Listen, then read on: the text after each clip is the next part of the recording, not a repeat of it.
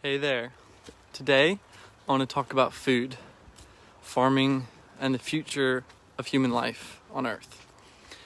But I want to start with an epiphany that my wife and I had when she was struggling with really severe health issues. She'd got typhoid in India. She had to take loads of antibiotics to kill typhoid. And when she was back in America, she had to take even more antibiotics, or at least she was prescribed them, and unfortunately we took them. And this became a series of cascading health issues that started with sort of symptoms of irritable bowel syndrome and evolved into kind of like full-on chronic fatigue and brain fog and some serious stuff. She had to drop out of university. And the epiphany that we had was that we were, in essence, poisoning my wife by eating the normal stuff that Americans eat every day. And we had no idea. By taking out processed food and eating 100% organic, removing certain triggers like gluten and dairy, we were able to completely reverse my wife's health condition that many specialists began deeming an inevitable autoimmune disorder for which they hadn't diagnosed yet, but were convinced it was IBS or Crohn's or ulcerative colitis. They had written her off, and we discovered that organic food and removing those triggers and slowly building up her gut biome completely changed her life, and she has none of those symptoms to this day. It was a really long and hard journey, but what that's done for us is it's given us a totally new appreciation for food and for farming and for what it means to grow organic. I think a lot of people have stigma around the word organic, and organic means different things to different people. But here I am in a traditional farm with a bunch of corn around me, and I want to illustrate some of the key insights about organic, what it means for the farmer, what it means for the consumer, and what it means for the earth, the soil, and the animals.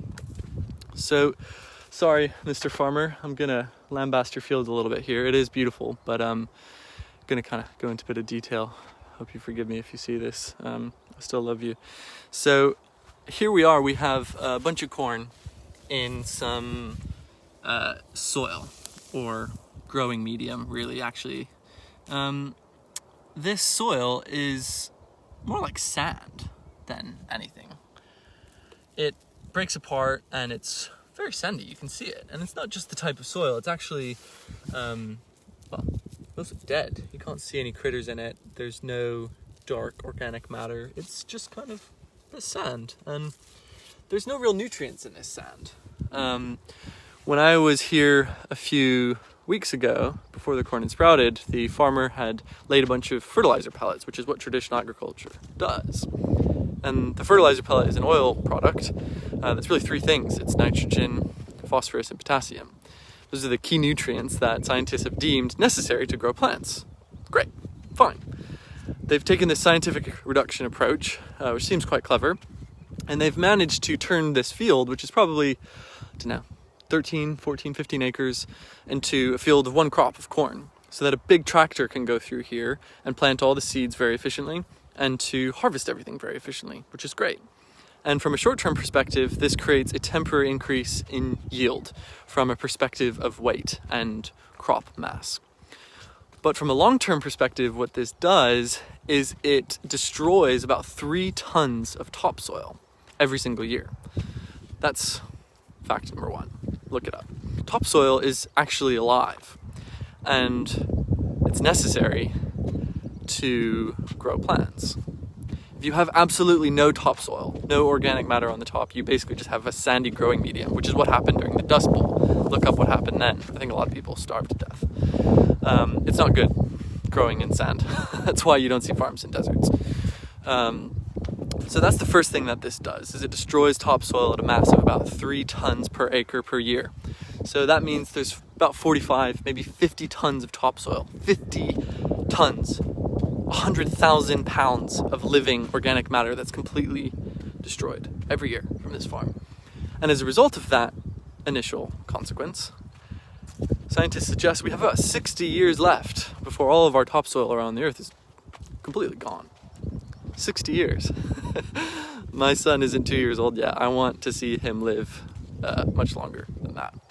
So that's the first thing it does. But the second thing it does is, because there's only one crop here, it has no habitat for wildlife. There's no birds except for in the hedgerow. There's no hedgehogs. There's no snakes. There are no mice. There aren't even any insects. What the heck? Okay, so that might seem like a logical thing from a scientific reductionist point of view. But actually, what does this mean for us? What happens when everything dies? What happens when all the bees die? Hold on a sec, that's really bad too. It's just like topsoil, it's a necessary component of this whole farming system. Sure, people are looking at mechanized pollinators, but actually we really need bees to survive, because bees go around and pollinate everything and make sure that things can produce fruit. And yeah, another thing that this system is doing is jeopardizing our pollinators. It's shown that the impact of things like glyphosate and other insecticides have a neurotoxic effect in bees. And there have been studies that show how deranged bees become and how it is very difficult for colonies to manage with all of the chemicals that traditional agriculture uses. So this is the second problem with this approach of farming. So the first thing is it kills the topsoil, which is an essential resource that we all need to survive. We all need to survive. Let me say that again. The second thing is that it vastly decreases biological diversity, and it has very detrimental effects specifically for pollinator insects, bees, butterflies.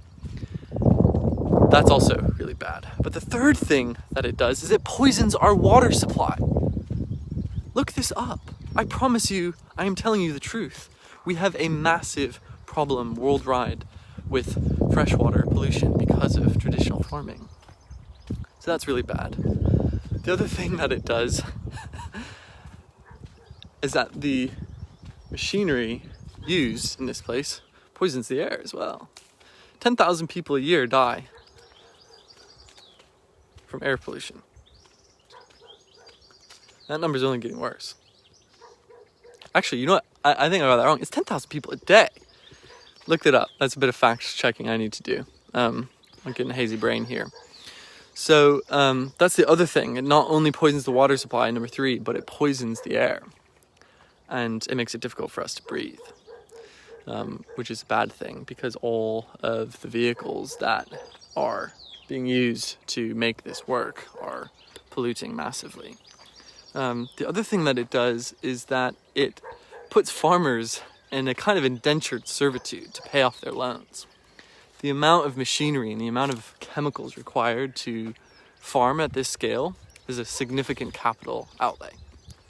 And the amount of land that you need to be able to run a viable farm, because of the incredibly low prices of a commoditized food system.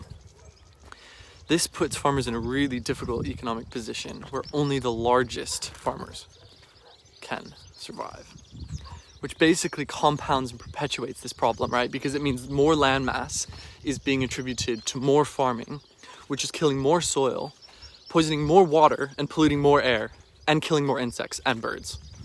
And also the last thing that it does, I'm sure there's a lot more, is it poisons farmers. There is a massive problem with farmers, especially in America, in places like Kansas and Nebraska, getting autoimmune disorders. And I wonder why that is. It's not conclusive, but I wonder if it has anything to do with the chemicals that they have to use on a daily basis. I once saw a guy here in a complete biochemical suit, biohazard suit, like you see people kind of, COVID land, pouring this massive jug of chemical into his tractor, getting ready to go and spray it on the field. What are you doing? That's how you want to eat your food? I mean, come on, this is insanity. This doesn't make any sense. And yet this is what the whole world has committed to. This is what governments are subsidizing every single year. with billions and billions of dollars. This is what we are investing in, is a single field with corn all around. It's the same genetic structure, it's the same seed. What is happening on this earth? This is insanity. I don't get it. Why is this the way it is? I wonder if this is actually what's good for us or if this is what's good for corporations like Monsanto. I wonder if people looked clearly at the evidence and had a choice, if the cost was the same of an organic product which tasted quite a lot better, that was better for the earth, versus a traditional product which didn't. If the cost was the same, would people choose to support agriculture this way? I don't think so. So I can't quite wrap my head around why this is the approach. The only thing I've really heard time and time and time again is that organic agriculture cannot feed the world.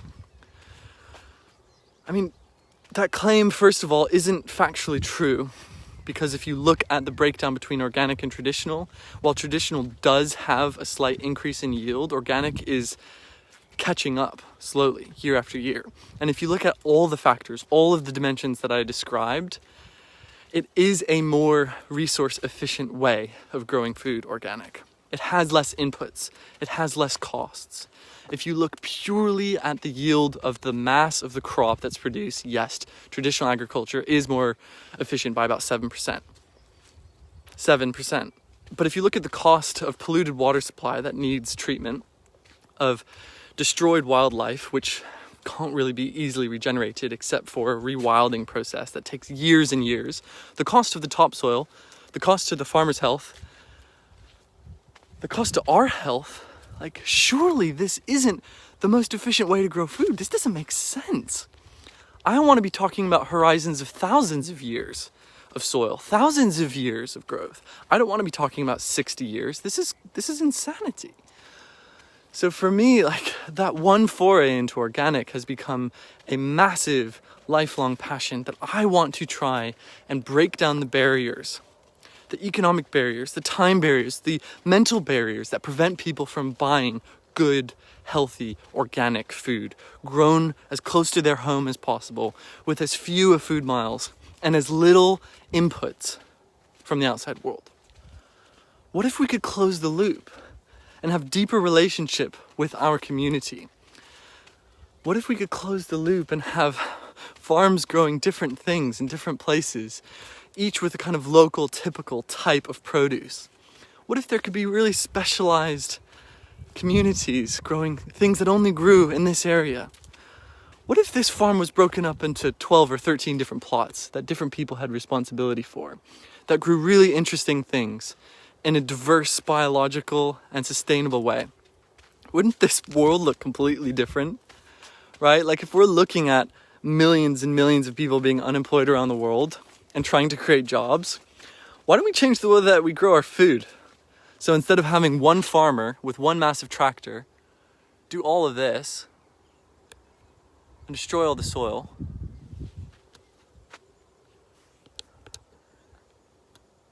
why don't we do something different? I don't know. If you've got an argument or a reason, I'd love to hear it. Really, really curious and keen. Organic just seems like the obvious thing, but maybe I've brainwashed myself. Don't know. I'm open for new ideas. Happy to hear yours.